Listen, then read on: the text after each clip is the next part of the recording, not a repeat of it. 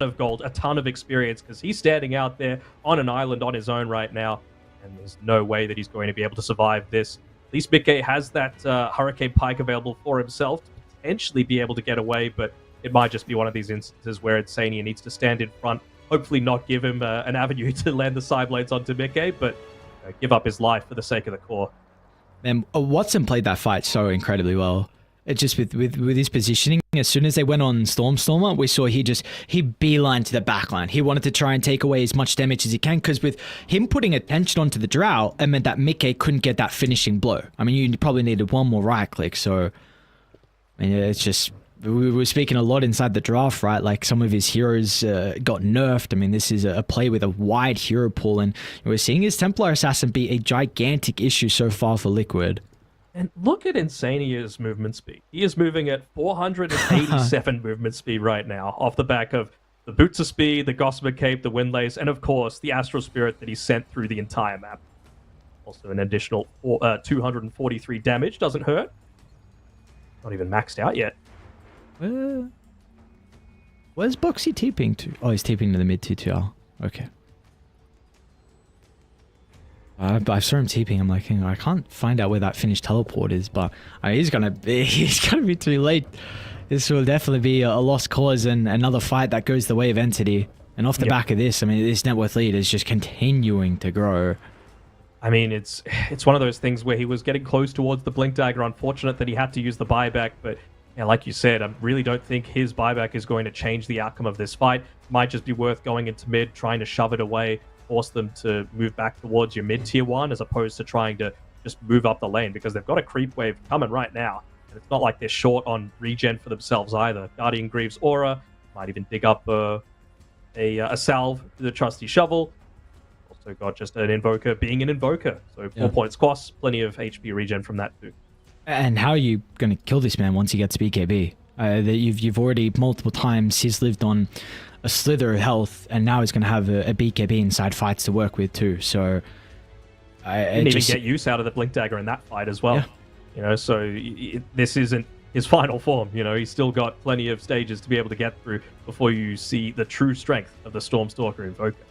Without a doubt, whether that's items, whether that's levels. I mean, he's only level 16 at the moment. So I say only. I mean, he's 2 levels behind Watson on top. So I mean, this is a hell of a debut. Of course, I know game's not over, but the fact you are in such a commanding position for Entity with a new roster, this got to be a pretty good feeling for these boys. Oh, absolutely. I mean, I think there's no better hero to open up the draft with, like broken heroes aside, than a Beastmaster. You know, especially for Entity. We talked about their potential to flex it between 2 and 3, which is great. No other team is really doing that. But also, they've got that plus TA traps. So they've got so much vision throughout the map. And they've got the Shard on the Beastmaster as well. So, you know, just a reduced cooldown on that Call of the Wild Hawk gives them so much extra value of being able to know when exactly they can make their team fights happen. Honestly, it feels like they're playing Liquid's game better than Liquid normally do. You know, Liquid are all about shoving in waves, forcing a defensive play. And it feels like that's what Liquid have had to do this entire draft. So Entity have done their homework. Yeah, they've read him incredibly well. I mean, I'm happy to bring up again the supports in their early game vision. I mean, even before this fight with like some of the wards at the remnants of the T1 tower, they had a ward inside the river as well, which was a very peculiar placement of it. So they're definitely coming into it with a bit of an interesting read. I mean, that's always been kind of Fishman and Kataomi as well, like very, very unique support players. Yeah. I still want to see Kataomi on a styling hero though. Yeah, Zareth Mage is not a styling hero. He's been very effective, don't get me wrong, but I just want to see a little bit of that spark back from when Entity were really one of those like top 4, top 16. I really think we will, because we were starting to see a lot more of the melee heroes rise in melee 4's rise in popularity. I mean, the Clockworks, the Tinies were getting a little bit of gameplay. I'm even just checking now, because one of the heroes that was starting to be popularized again was like the Enigma at the Barley Major, who wasn't nerfed. So now his socks might rise a little bit. Maybe there's some other ranged offlaners. We could just go back to the ranged offlane with the melee 4s. Yeah, I suppose. I mean, the thing is, I guess, yeah, the Enigma would be a lot more likely to come out, just because, again, it's great against melee position 1s, and you've just taken out Medusa and Morphling as like your absolute first priority. So two ranged heroes that are somewhat capable of dealing with Eidolons, Dusa especially with that really heavy nerf to your damage from the level 1 split shot. I think we can certainly look to see Enigma rise up in popularity. And isn't that what we want in these big tournaments? You know, Yeah, I true. feel like 7.34 is going to be that Earthshaker patch, you know, that just brings him back just in time for TI. Man, did he even get played at Bali? I don't even know if he was one of the heroes that were. I want to say he got not picked like contested. once in an off lane or something like that, or once in mid or something crazy. I will be able to find out. Let me see, because There's I a list thought of like off 12 heroes that weren't picked at all. Earthshaker. He was played twice and he did not win a game. You know how Pandas, I feel about yes, Earthshaker. yes, I do know. Pandas and Spirit were the ones that played it. So Although we might see it this time around because we got Seb playing position 4. That is true. Seb is a approved Earthshaker player in my eyes. He actually does. He's on the list. He's on the list. He can get into the club. There's not many on the club. For people aware, Danog is a infamous Earthshaker hater, but he will. There are a couple people where he doesn't mind watching them play. They can actually impress him a little bit on some Earthshaker. Love the hero, hate how most people play it. That's the thing. You don't need to wait for the 5-man Echo Slam. It's great if it happens, but you don't need it. I'm excited for that hero to come back because, like you said, I mean, Enigma and like a big tournament, just the flashy plays is always exciting. And I was really intrigued to see if we were going to get a little bit of Earthshaker action with that latest patch with all the stuns kind of getting buffed up a little bit for him. So he's not there just yet. But of course, this is a super, super long tournament. So we will see what kind of new heroes get to rise in popularity. All right, I want a prediction from you. Okay. We've got those 11 top heroes from Bali nerfed. Who do you think are going to be like the top 3 heroes of this tournament? Let me get the heroes up. Not like you cast for a living. Yeah, come on, man. What the hell? Like, sometimes There's 120 of them. Yeah. sometimes they kind of pass the memory a little bit. I think Snapfire is still going to be up there at the top. There's one that got nerfed and it's still going to get played. Yeah, is there?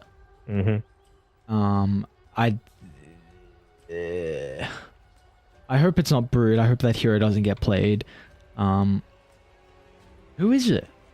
Timber. Timber didn't get nerfed enough.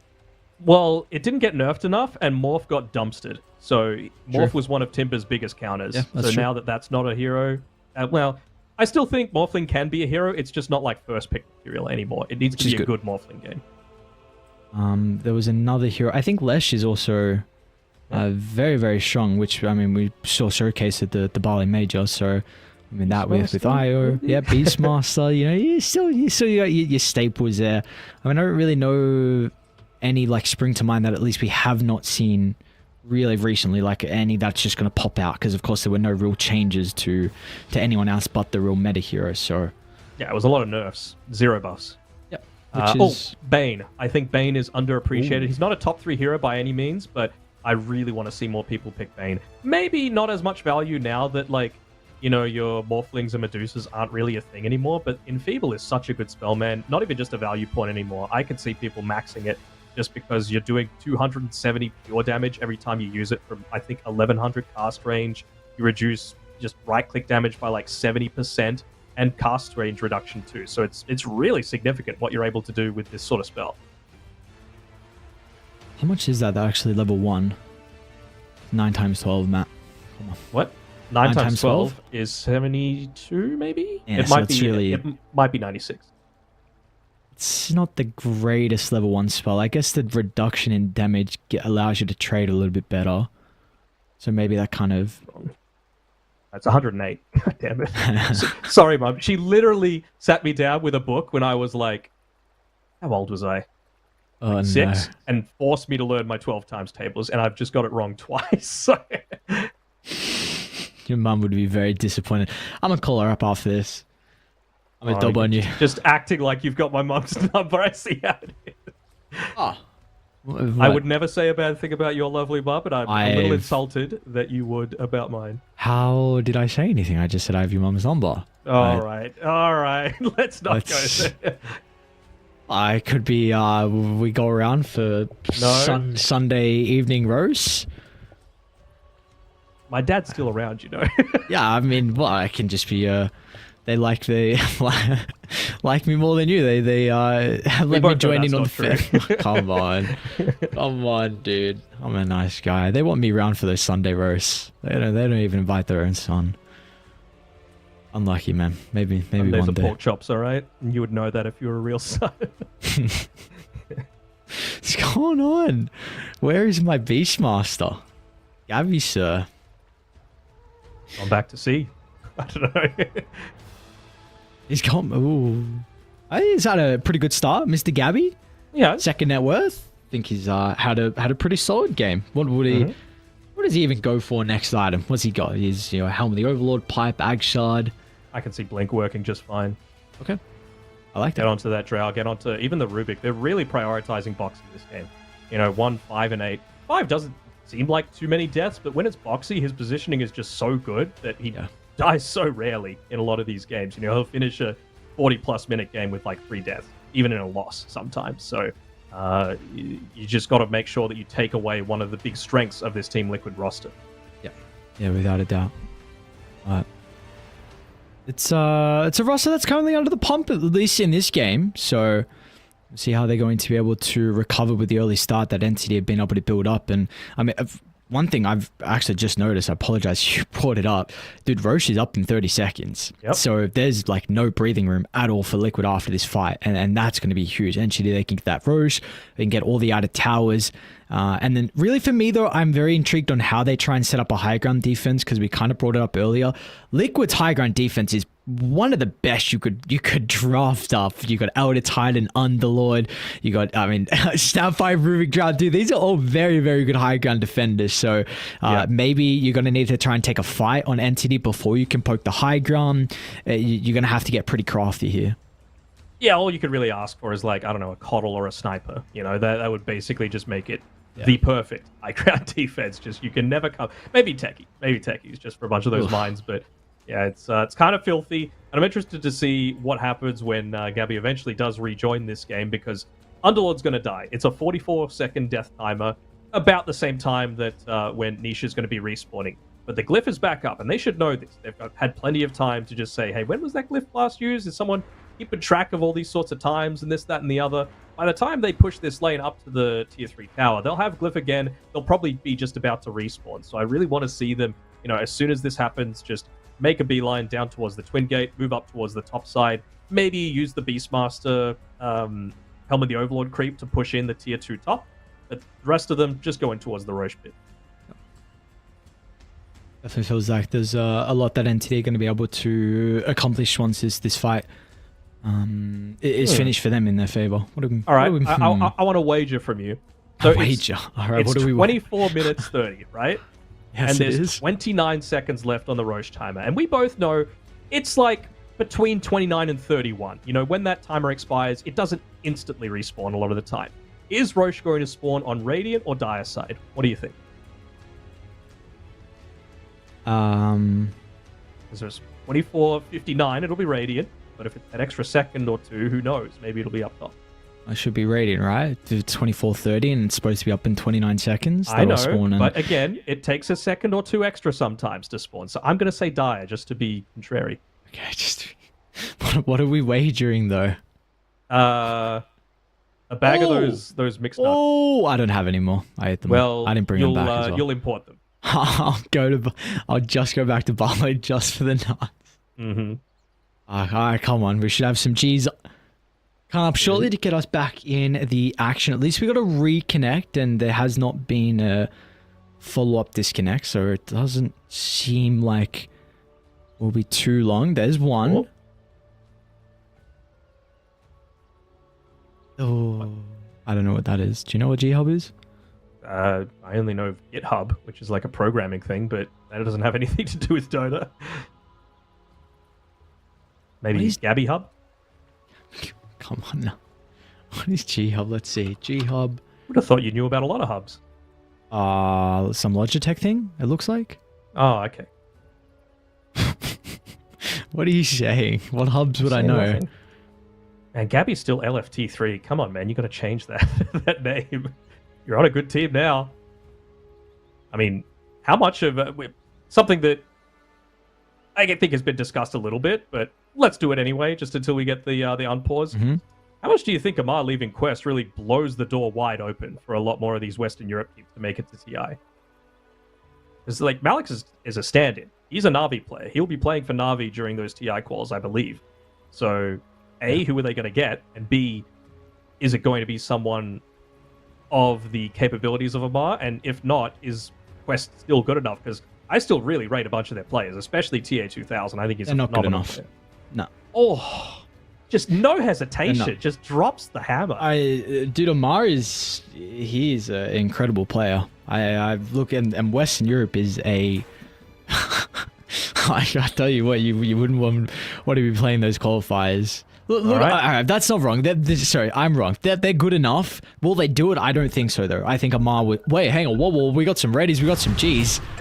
I mean, all these heroes are going to die. It really just depends if Mickey gets out. All right, he's out. So I'll finish this real quick. I think they can do it, but will they do it? I don't think they will. Oh, so that strike just off the mark, I believe. And he's out. Okay, so...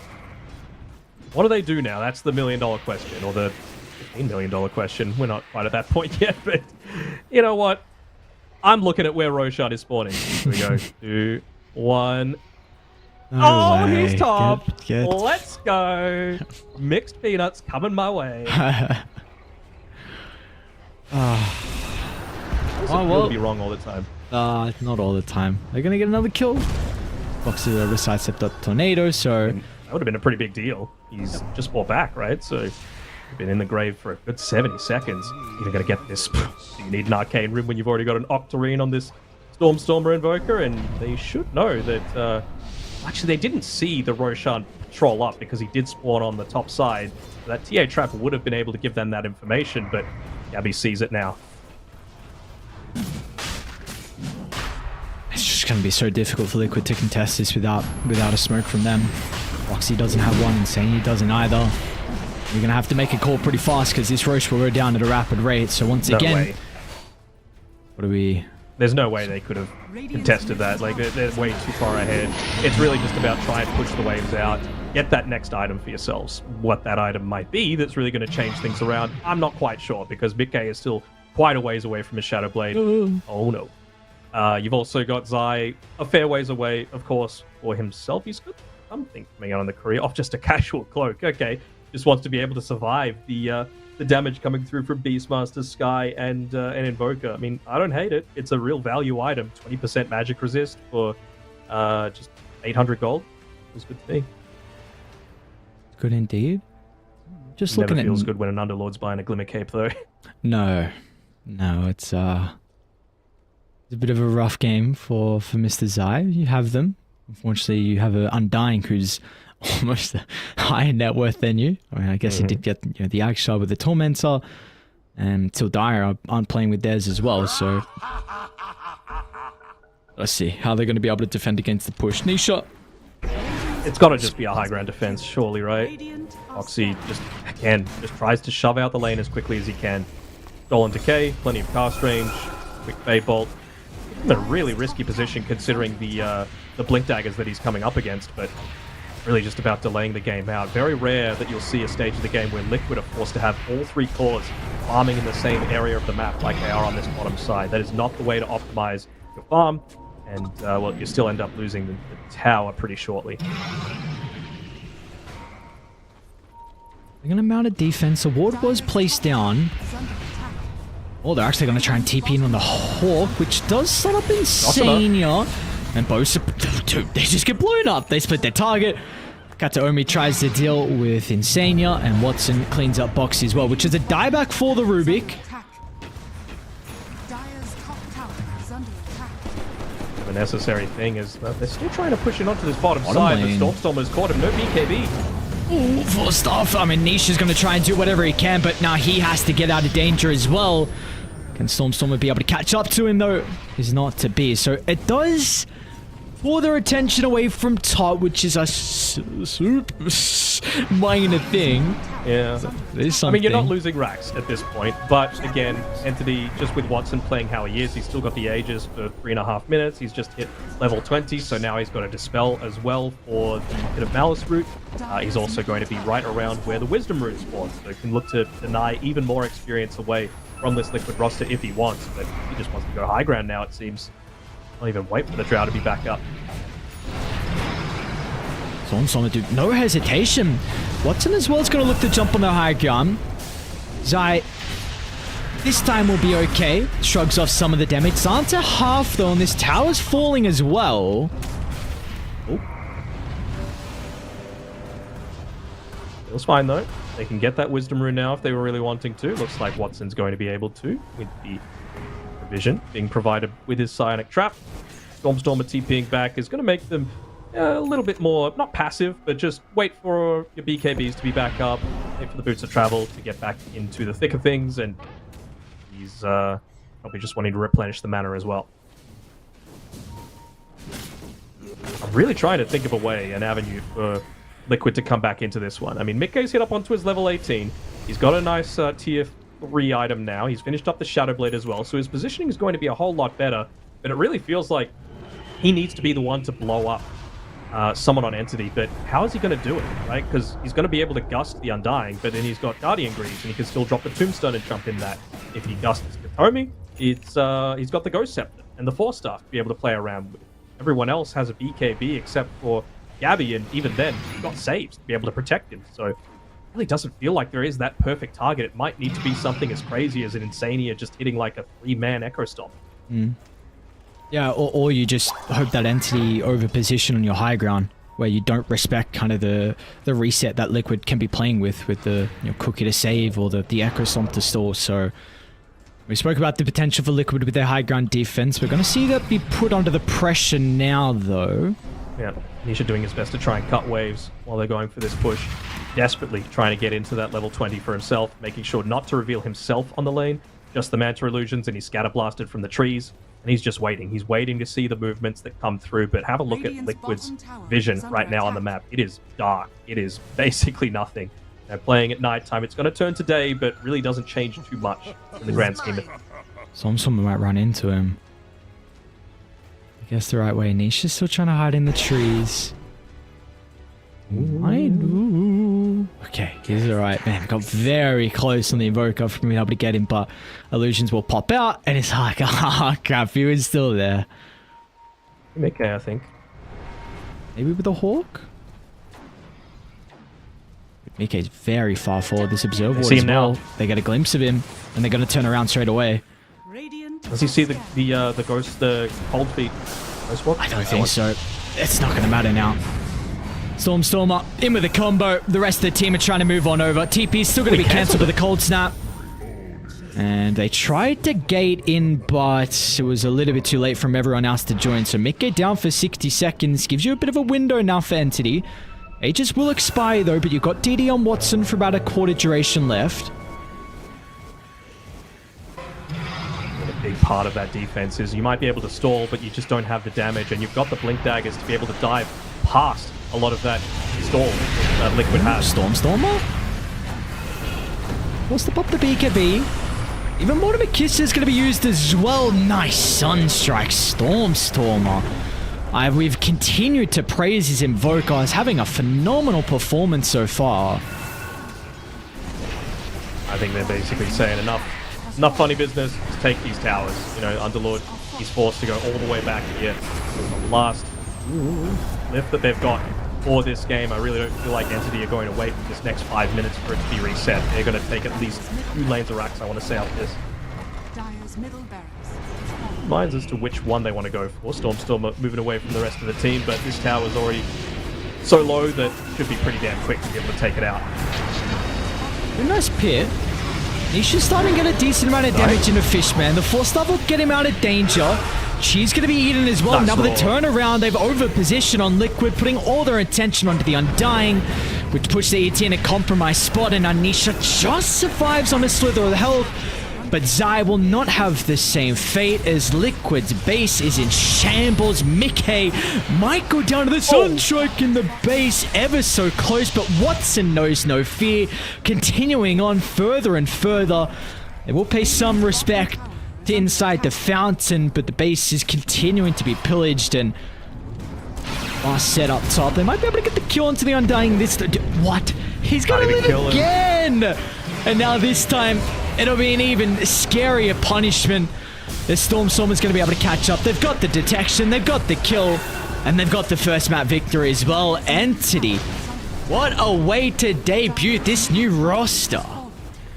Looking good. It took a little bit of time to get there off the back of some pauses, but, you know, thankfully for them, they didn't get rattled. You know, we could see a lot of these teams, especially ones that are playing with a new member, you can sometimes, you know, lose your way a little bit, but they never lost focus. They knew what their draft was capable of doing, and they executed it to perfection. A really nice early game-oriented one. The lanes probably went a little bit better, and it really was Stormstormer once again being the star player of this team, just landing Sunstrike after Sunstrike and setting them up.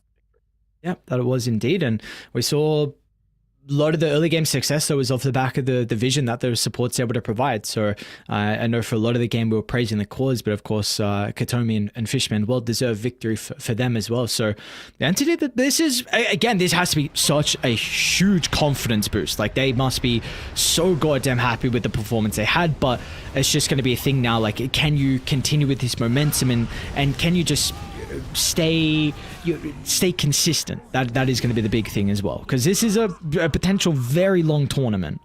I mean, again, this isn't uncharted territory for them. Their last series against Liquid, they 2-0'd them, and they did it really, really quickly. This was actually a longer game than those two previous ones that they had to play against. I really feel like they just got given way too much comfort by Liquid. You know, I think the Beastmaster has to be a first phase ban.